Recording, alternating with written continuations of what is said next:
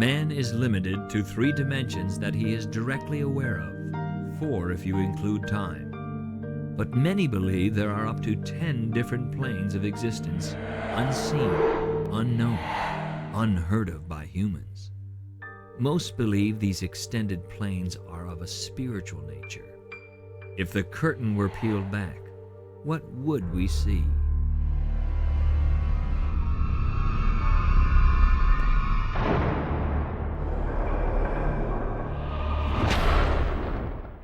Have you ever been in a place and felt a cold chill, a strange feeling that raises the hairs on the back of your neck? How would you know if you were in the presence of a demon?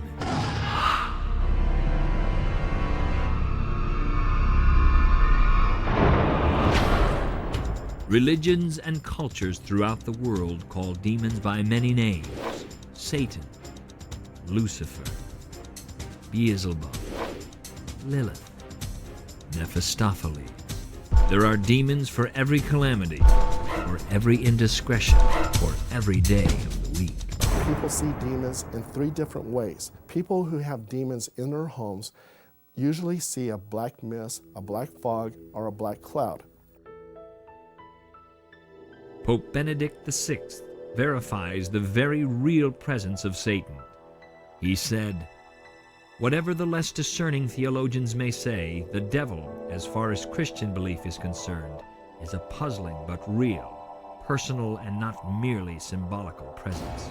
The idea of the devil is not really developed very much in the Old Testament. It developed a lot during the intertestamental period, so you see reflections of it in the New Testament, where Paul talks about angels, principalities, powers, and so forth. In the Genesis account, at least, there is some sort of emphasis on the serpent, who's been interpreted as a form of the devil, who tempts Adam and Eve.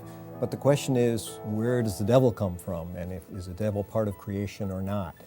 If demons actually do take on this persona of looking ugly, looking frightening, that's what they expect us to expect them to look like.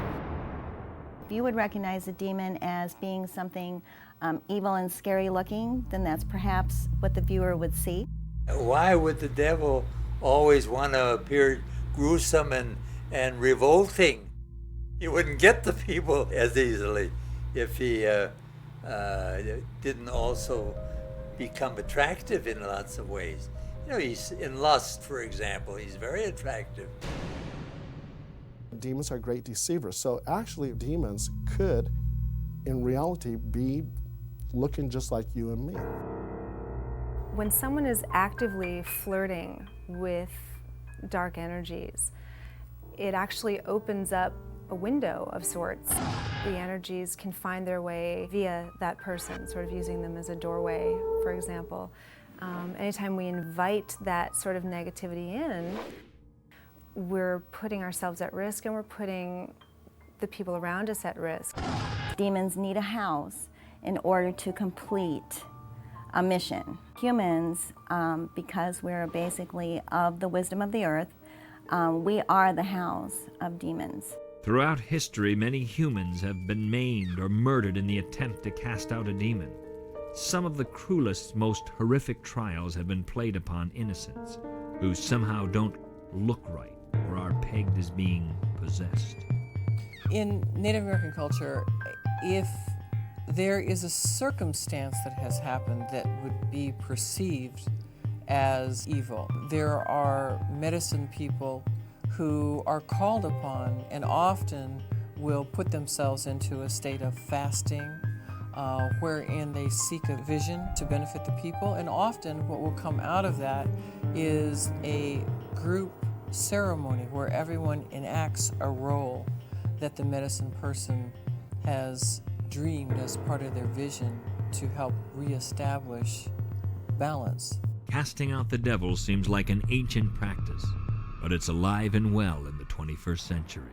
There's actually several different traditions of purifying or releasing negative energies associated with a location or objects. Buddhists use a lot of sea salt and a lot of prayer, a lot of chanting.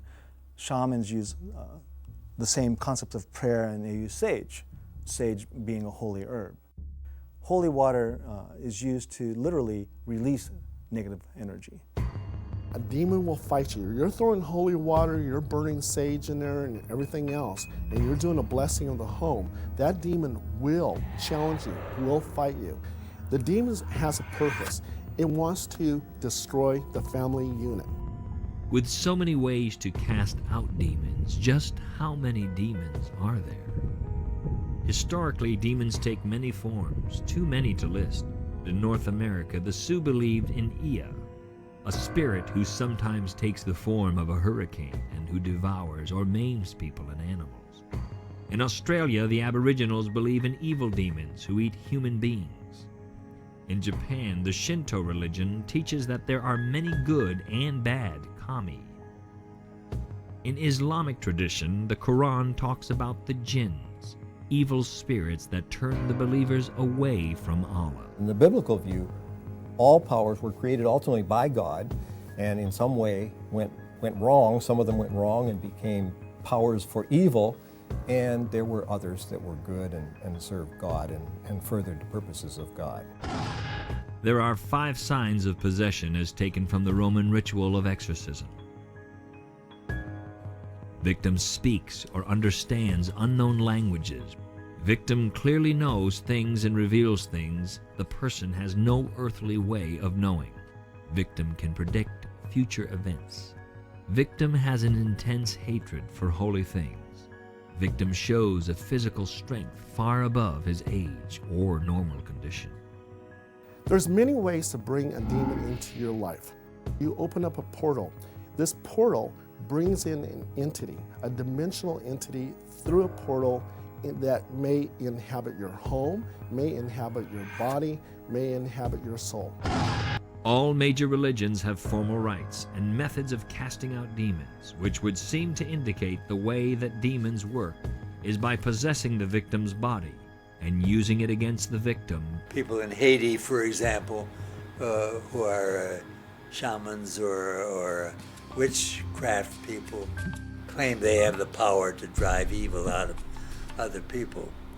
How many times have we heard the excuse, "The devil made me do it"? You have witchcraft, witching rods, tarot cards, consulting the dead. All that can bring on a demon into your life. You can open up a portal and that demon will somehow go through the portal and influence you and make you do things that you usually don't do.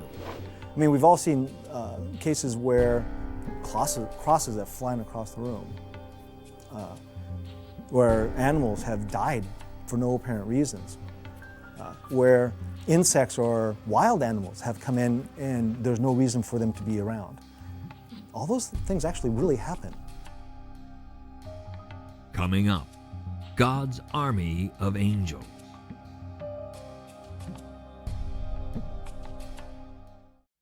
A soft voice, a hand on your shoulder, a feeling to turn right instead of left.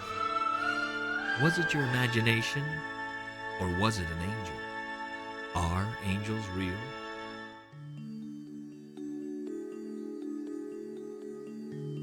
Well, there's many schools of thoughts on angels. Ultimately, all schools believe that angels are spiritual beings or entities or forces of creation that serve God. Wherever there's energy, there's an angel because it's a spiritual force. Angels are not glorified human beings. They are a distinct group in creation. Angels are created beings. They are an energy flow, basically a power from God back to God. Aren't all angels ministering spirits sent by God to help people? And that's the usual traditional Christian view of an angel. So just what is the job description for an angel? If you take a look at the true nature of an angel, it would be someone who gives freely of in their fullest capacity to create what is in harmony with all of creation. In the Christian faith, there are many references in the Bible to angels who carry out tasks. messenger angels visited Mary and Joseph separately to tell them, "Do not be afraid," regarding the birth of Jesus. Protecting angels saved Daniel from the lion's den. Strengthening angels ministered to Jesus in the garden before his agony and death. Even Christians have trouble with this sort of middle range. God is there, and good and evil is down here. But we have trouble understanding what sort of intermediate forms God uses to perform either acts of goodness, which would be angels, or allow acts of evil performed by demons. Guardian angels are of course part of Western tradition as well. In art, we frequently see the small children being protected by their guardian angels. On the other side of the hierarchy are warrior angels. These angels protect heaven and earth from the forces of evil. But that really is the main meaning of Passover, that the angel of death passed over the houses that were painted with the blood of the Lamb, and those houses that didn't have it lost the first child of the family. And so they celebrate that wonderful miracle.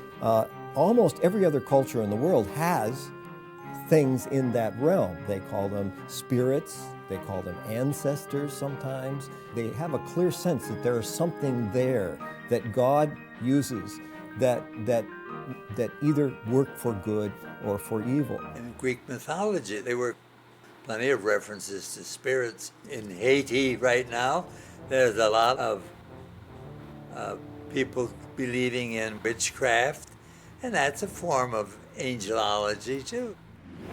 Muslims believe each individual is accompanied by two angels called recorders.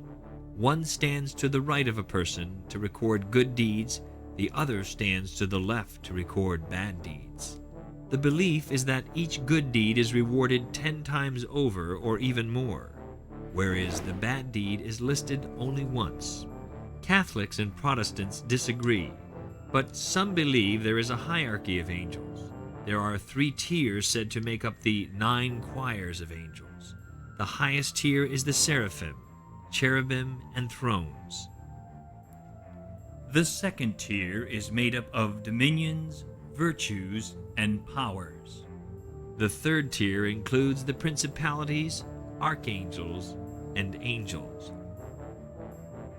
An angel being a spirit, well, a spirit can appear in any kind of form. St. Francis thought that there was an angel in every blade of grass. There are references to angels in many religious traditions: Judaism, Christianity, Islam. There are no references to angels in Hinduism, Buddhism, or Native American culture. If you are making a comparison between what would be a Western religion, such as I understand it, and Native American religion, we don't really have an up and a down with regard to heaven and earth, but we do have all places, all things. In fact, when people pass away, they don't go to heaven or hell in particular, but rather they just carry on. Nobody's ever seen an angel with wings, you know. I don't know of any story, even in the mythology or history or in the Bible, that says the angels had wings. When the angels came to visit Abraham, there were 3 people. They were just strangers. Since the beginning of creation, angels have been a part of the human condition. One needs only believe to feel their presence and guidance. They are referenced in the Torah, the Bible, and the Quran. Well, I think all Christian traditions develop what we call spiritual exercises or devotional practices, so that we want to develop as a process of spiritual growth a sensibility, a sensitivity that would be open to God's presence all the time, but also to the presence of perhaps angelic and powers of good as well. We should be careful about how we treat strangers, because they may be angels unawares. Coming up, real-life encounters of angels and demons.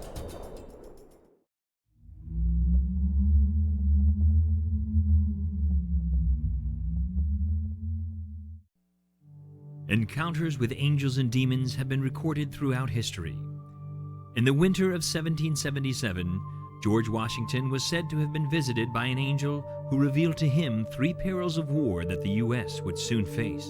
Joan of Arc, visited by an angel, was told of the sword God had hidden for her in the chapel of St. Catherine. It was dug up from behind the altar and presented to her.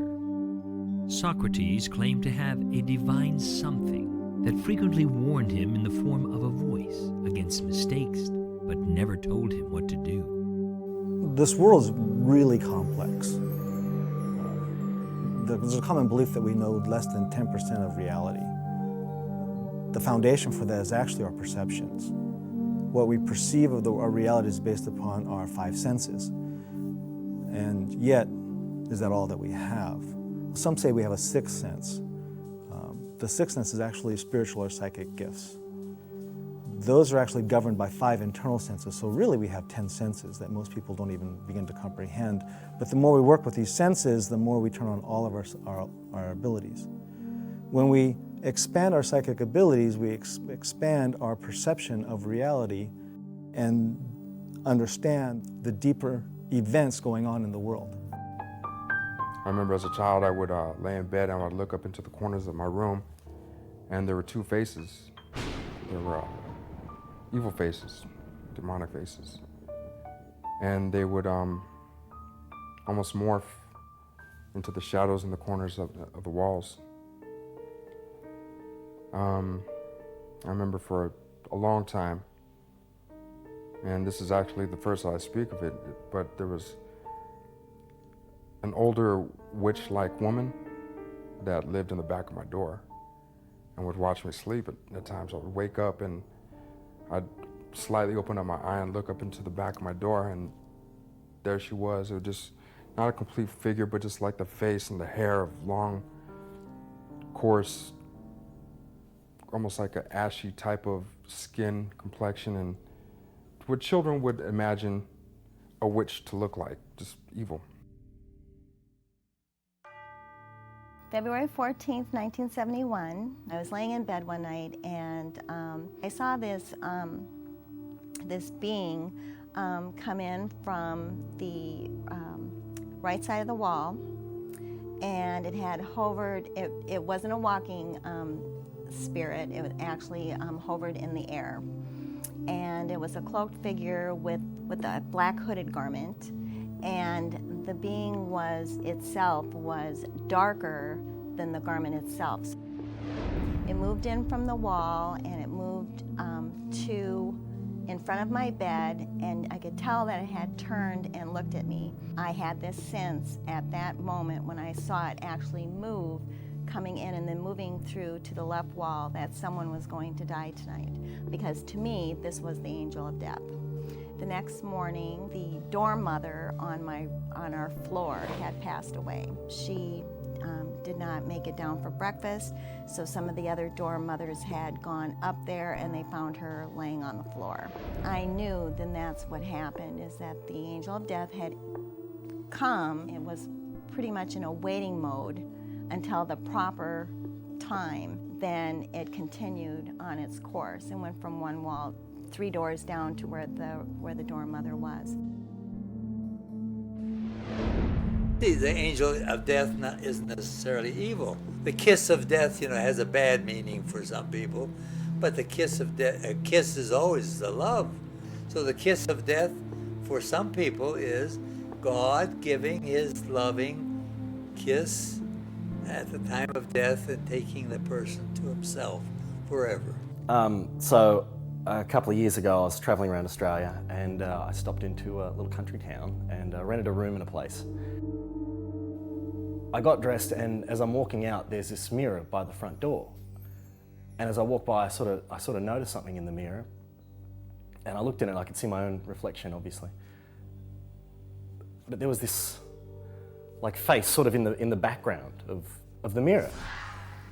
And I was the only one staying there, so I was sort of freaking out because I thought someone else was in the room, so I turned around, I'm looking at everything, and there's no one else there. So I turn around and look in the mirror again. And now it's like this face has moved to another section of the mirror. And I thought maybe I'd not had enough coffee or something, so I ran out of the room and I closed the door and went and had some breakfast, called a mate of mine in Melbourne and sort of told him about it just because it was one of those things that you want to retell to someone. And he'd said how he met someone at a party who ended up having to move out of their place because they'd been terrorised by a demon. So after breakfast, I sort of thought I was being a bit crazy, so I went back. You know, when I opened the door, this smell was there that wasn't there before. It was like somebody had been cooking in the place, like burning a steak or something. And then the picture frames were all crooked, and my bag, I didn't have much in it, but there were just t-shirts and jeans and shorts and things everywhere. And then there were these huge marks down the wall that weren't there before. And there were these huge black lines going down the wall, like big claw marks or scratch marks or something like that. So I picked up all my stuff and chucked it in my bag and left, never went back. I'd never experienced anything like it before. And when I left and I thought about it, I was pretty sure that I'd had one of those experiences then. Something supernatural, whether it was a demon or whatever. It actually happened to me, so I don't know, I never went back again, and that was probably the scariest thing that's ever happened to me, and I've never seen anything like it since. If you move to a new place, and before you went to this place, your life was really good, and suddenly as soon as you get to this place, things become difficult, you may need to have it cleansed. Everything that we create in the world, or everything that we're experiencing in the world, is something that we have set in motion at one time or another. So I'm experiencing my world the way I have designed it. I have made choices up to this point in my life that have brought me to where I am.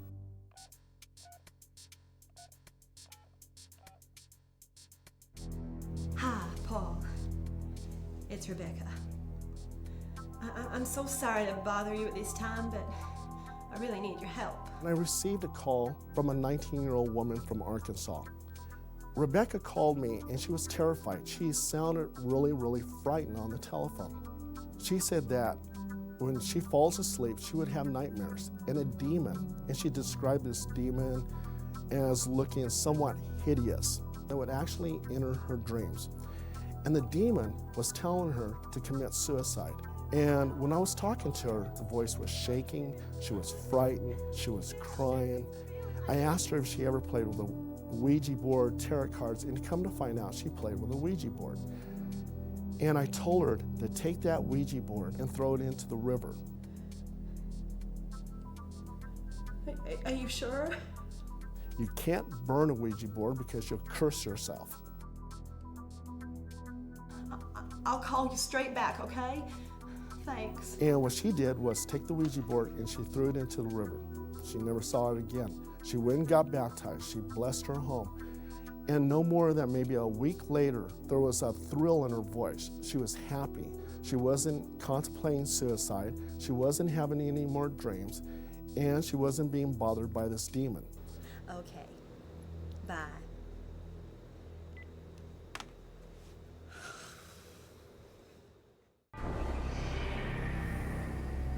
It's about 9 o'clock at night and I was home doing some reading for school. And all of a sudden I felt this cold chill all over my body. And then I felt like somebody or something was in the room with me. And then I just ran without even looking back. And I went into the living room.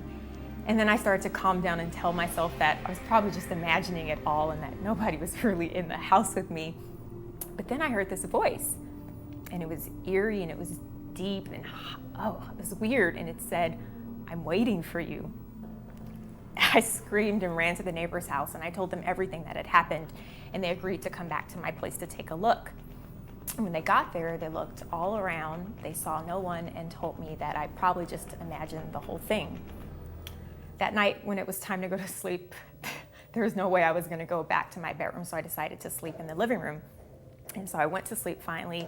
But I woke up in the middle of the night at around 2 a.m. and for some reason I was really scared and I felt the cold chill again, and I felt like somebody was watching me, and I heard the voice again, and it was like it was right in my ear, and it said, "I'm waiting for you." I flipped out, screamed. My roommate came running in. I told her what had happened, and she said that I probably just had a bad dream. And so I went back to sleep. When I woke up the next morning and stepped off the couch, I felt something really sharp on my feet, and I looked down and I saw my grandmother's rosary beads. But I couldn't figure out how they got there because I had left them next to my bed on the nightstand. And I looked down and they were burnt, and they were in these teeny tiny pieces, and I felt them and they were charred and they were hot. I don't know, I've never heard the voice again, but I know that something weird, strange, out of this world was going on, and that I didn't imagine it, it was real. My experience with angels and demons, it was 12:30 or so on a Thursday night. I went to bed, and as I was laying in bed, I realized that I couldn't move. Then I also realized that I couldn't breathe. And it seemed like the more that I struggled to try to wake, almost out of panic, but more so out of fear, I realized that I was completely helpless and bound. I could feel my hands on my chest, and they were just starting to contort. I mean, I'm no longer asleep at this point. I'm no longer confused whether or not I'm asleep or whether or not I'm awake. It was an enveloping darkness and heaviness, almost like a blanket being wrapped around you with absolutely no light. What felt like death. I'm panicking, I can't breathe, I'm scared. And I saw what appeared to be the silhouette of 3 figures, almost seemed to float in through my hallway down to my room. They came to the foot of my bed, up through my legs, up to right about to my stomach. And I saw them just come up, and then all 3 at the same time just all kind of sank into my chest. There was a flash in the room, almost as if someone took a picture. And I was released from whatever bound me. I was scared, didn't want to move. I just lay there, and I remember for nights, I didn't want to go to sleep just because I was afraid of that happening again. The type of experience that I felt from seeing the figures to the feeling of complete death and that whole thing was something that has, I guess, been reported by many people for hundreds of years. When we return, we stare into the face of evil.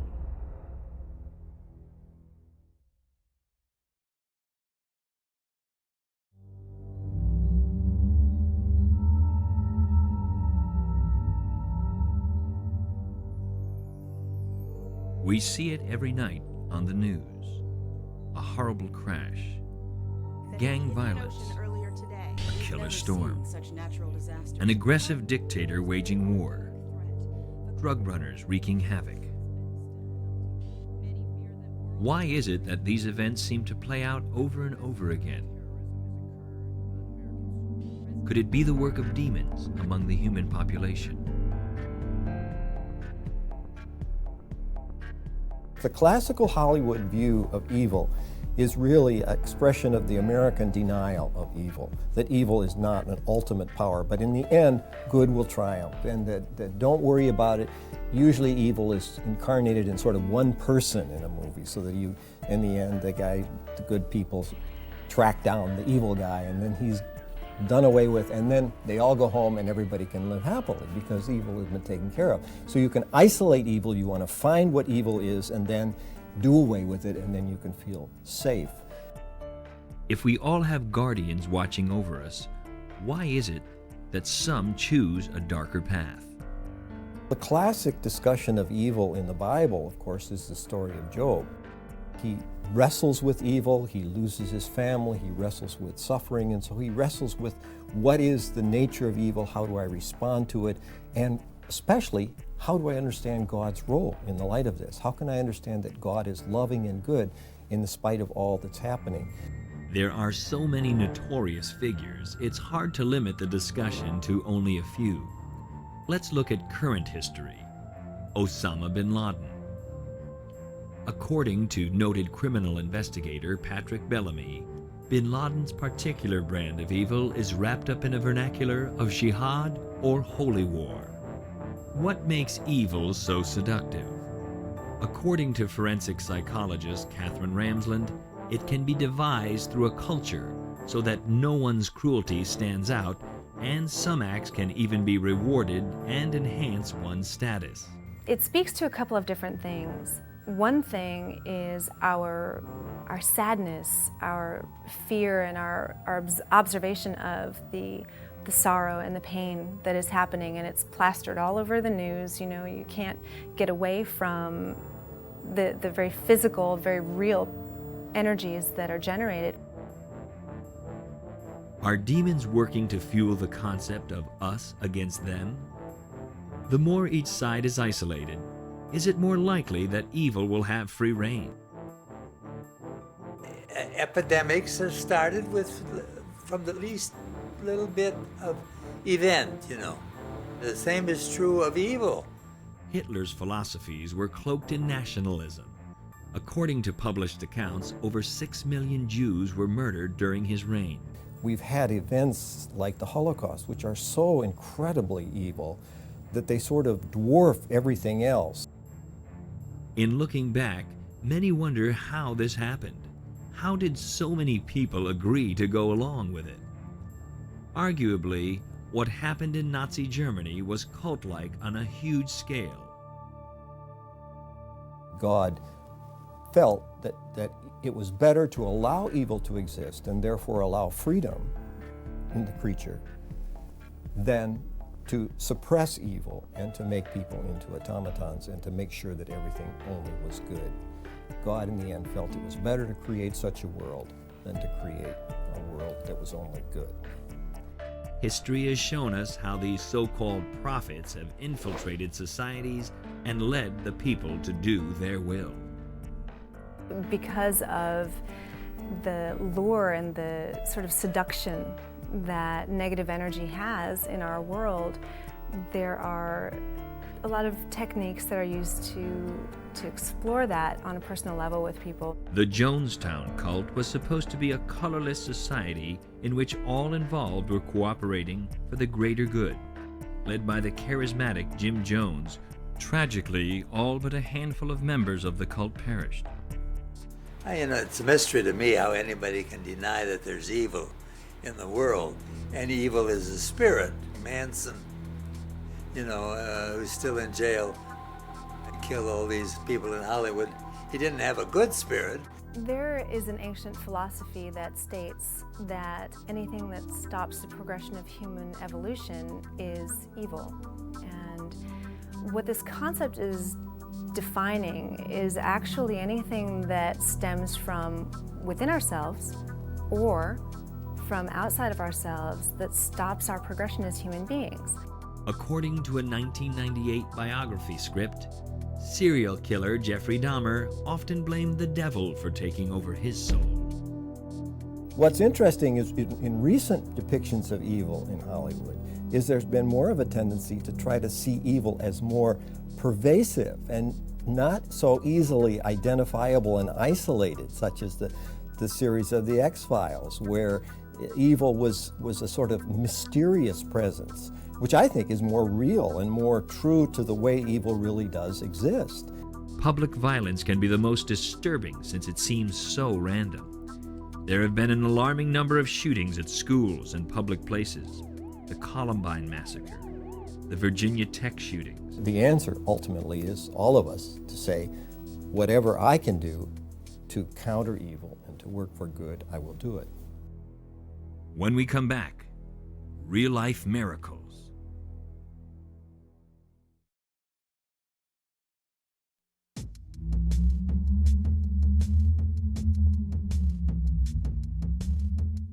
acts of horrible violence are what make headlines.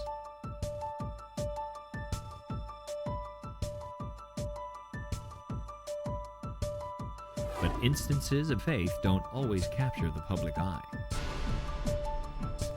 Unless you count the various accounts of visions of the Virgin Mary in plate glass windows, the kook fringe is how it's displayed for public consumption. But what about the real miracles that happen every day? Miracles exist. They exist the more you recognize that they exist. The more conscious you are of them, the more they occur in your life. Throughout history, people have been impressed with events which could be regarded as miraculous. In Islam, all miracles are related to Allah's prophets. Therefore, none have been recorded since after the time of their deaths. Many religions still believe the principal way God reveals himself to humanity is through the performance of signs and wonders. The word miracle comes from the Latin miraculum, meaning to wonder. The Catholic Church defines a miracle cure under 3 conditions.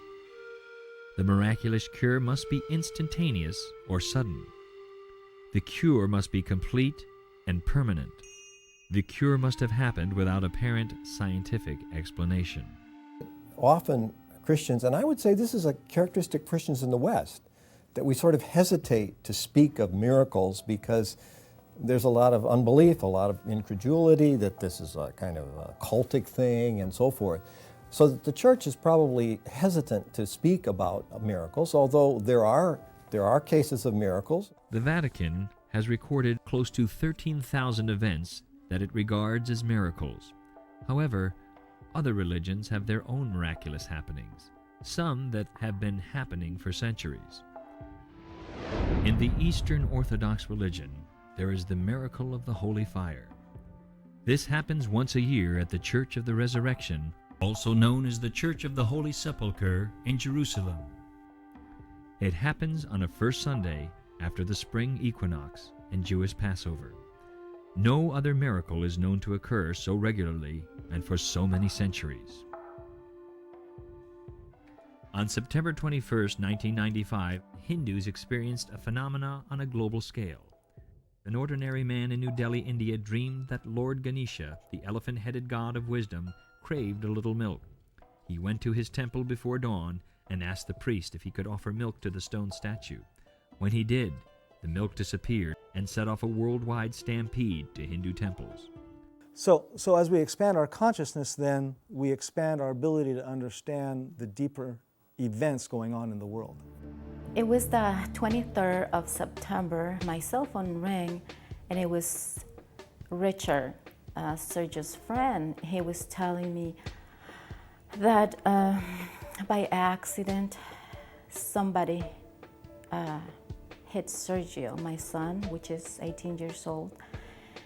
And he said he's hurt, and we don't know what happened, why, and I think he needs to go to the hospital. So what happened is that they were leaving a party. Brother. No, we're going to get something to eat, dude. Oh, okay. Come on, let's sit it. Okay. All right, hurry up, meet us out front. Coming? Yeah. Don't worry, I'll take good care of it. And Brittany and Richard were ahead of Sergio. Sergio was just saying goodbye to his friends, and he was just taking a little bit longer to get to the car. Nobody knew what happened. Sergio didn't know.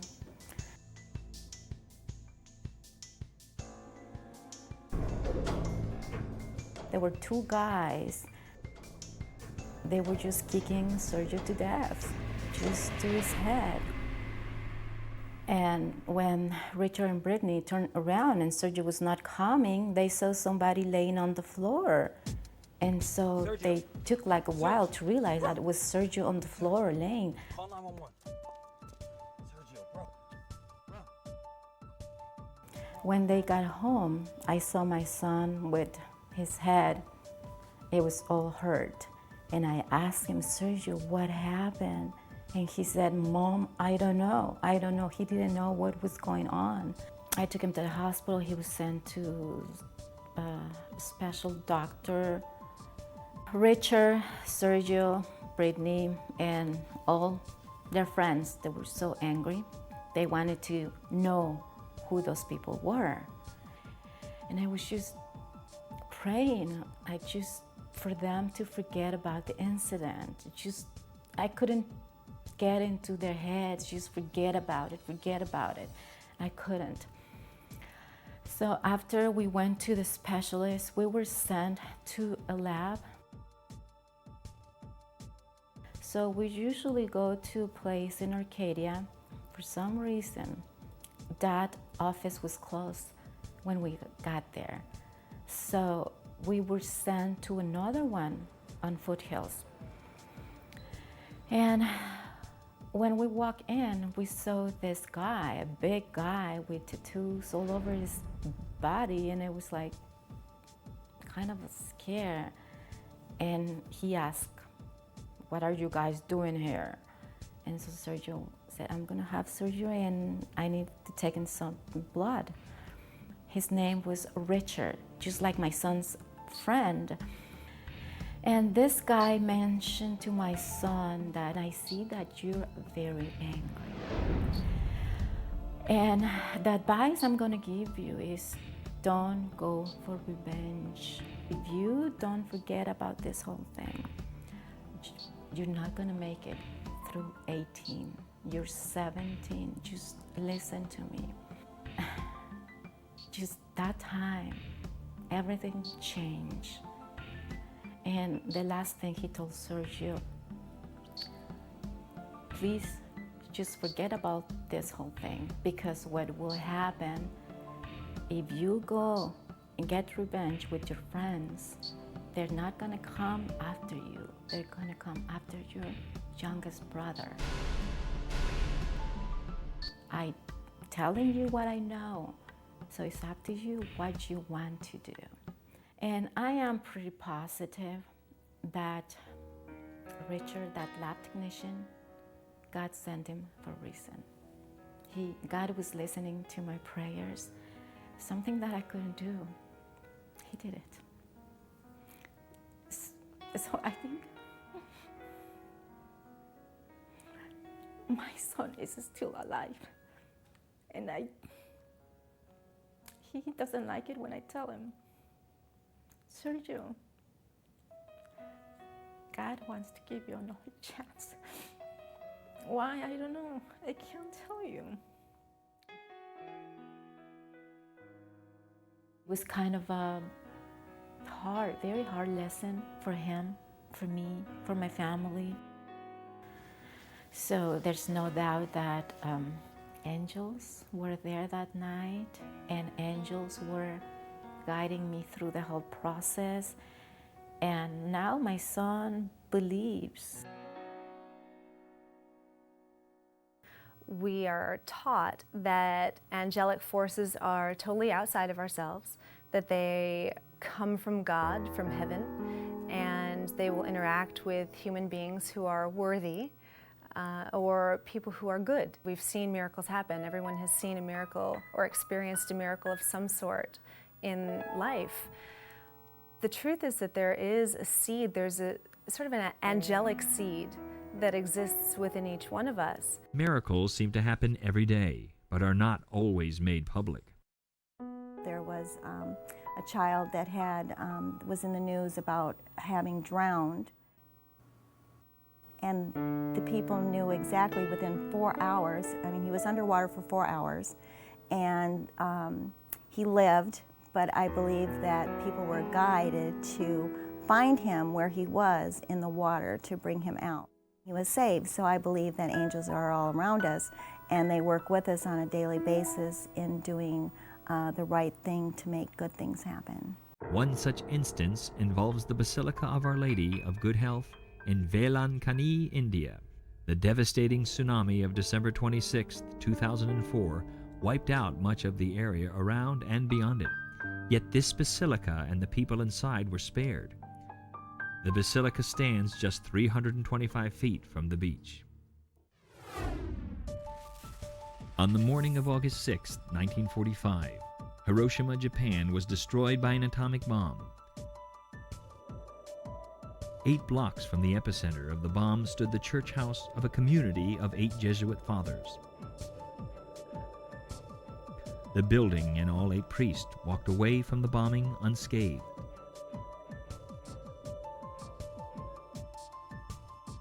On August 17, 1999, a 7.6 magnitude earthquake struck northwestern Turkey.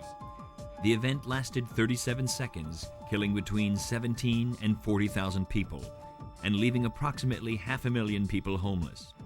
180,000 buildings were destroyed or heavily damaged. The most intense damage was to the city of Gulkuk, where oil refineries, automotive plants, and the Navy's weapons arsenal were located. Yet despite the massive loss of life and property, the town's mosque stood unscathed through the earthquake. When you consider that the breath behind the breath that you just took is keeping you alive, that is miraculous. Coming up, the supernatural.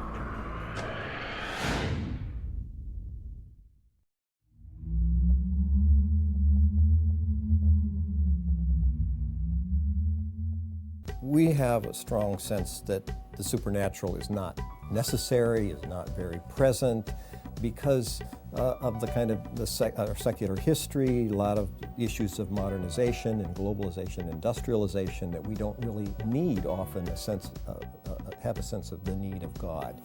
But in non-Western situations, they have this sense all the time. We got an email for some of our pastor friends in Nairobi.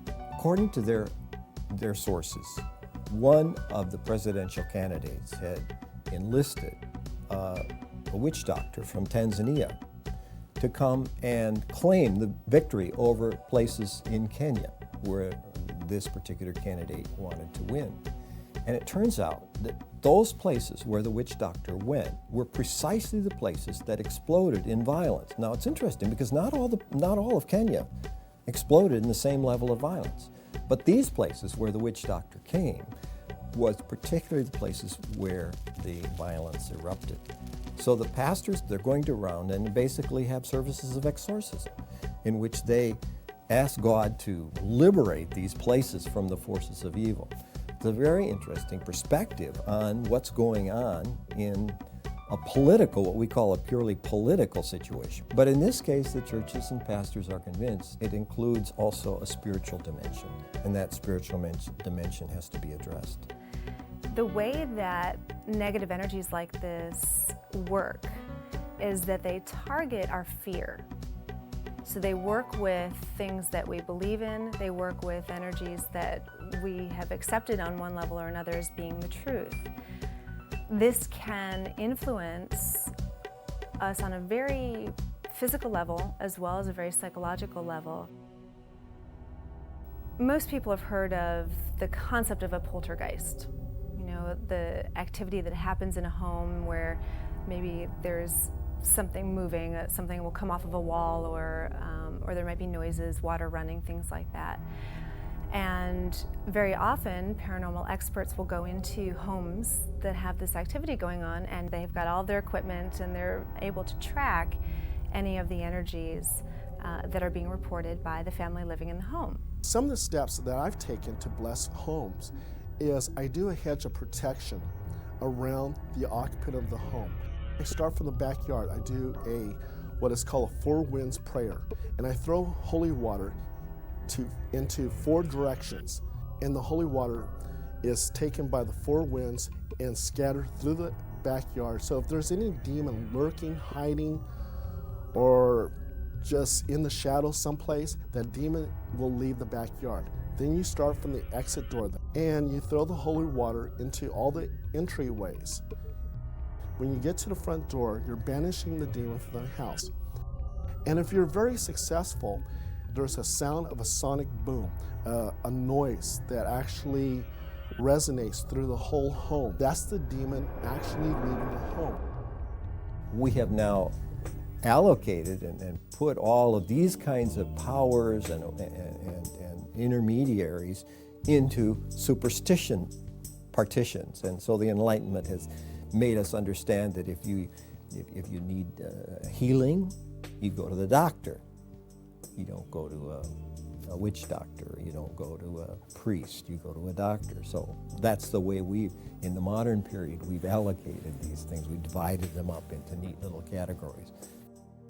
If I wanted to create abundance in my life, or if I wanted to bring a partner into my life, and I thought about it and envisioned it, and I did meditation with it, visualizing it, and then created a physical object or representation of what it was I was trying to create, this actually grounds the spiritual energy. And within days or weeks, I will start to see the reality of what I'm thinking about. All the forces of the universe, the energies that come from the source. Now, I prefer to call it God. The source is God. But these writers today are calling that source either the universe itself or the energies of the universe. You can say that certainly there are positive and negative entities, be they plants, animals, elements, what have you. Let us consider the example of a tornado.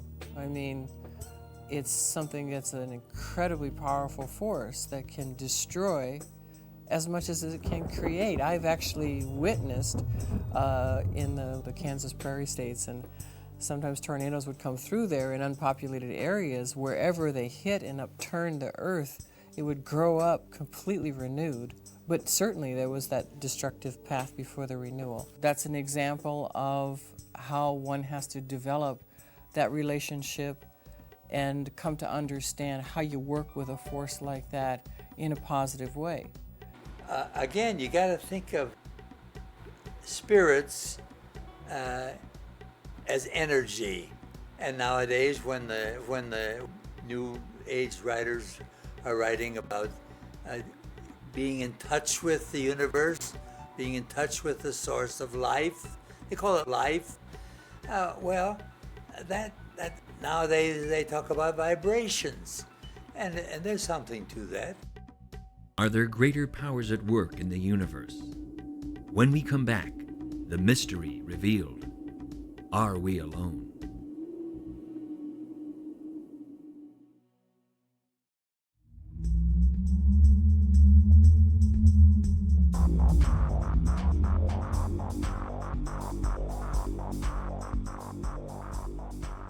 I don't think anybody's ever alone, because there are lots of things around us that have spirit, some good, some bad. And it's up to you to decide which you want to have enter you, or access you, or live in you, and which not. It's important for you to know. There is so much that we're not aware of in the physical world, and there's so much that we are not aware of in the spiritual world. To claim that any single philosophy is correct would be a very difficult place to stand.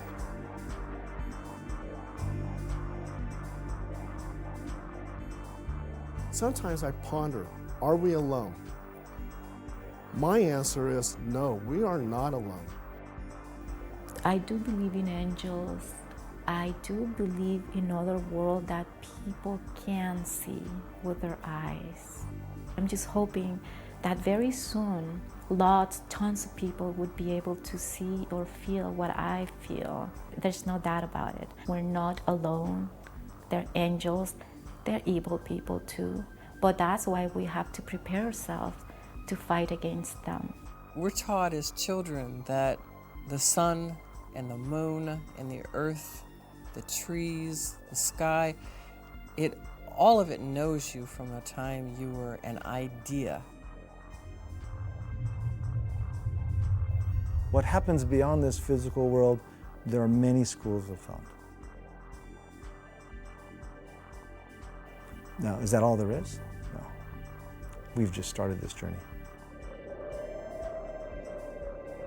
There are angels all about. The same with demons, they are everywhere. The whole world is filled. You are probably bumping into them as you are walking. I believe just as God has assigned you and I an angel to serve and protect us throughout our life, I also believe that there are also demons assigned to you and I from the moment that we're born to the moment that we die. If you have this theory of angels being spirits of God and demons being spirits of the devil, and you want to get a little bit more of the good instead of the evil in life, then you need to look for it, have the intention to relate to the spirit of goodness and of kindness and of love and of hope and of beauty and so on. Well, all the major religious traditions in the world agree that we are not alone, but that we are a part of a larger spiritual reality. Whether we understood that in the sense of God or the spirits or however we understand it, and we are accountable to that reality.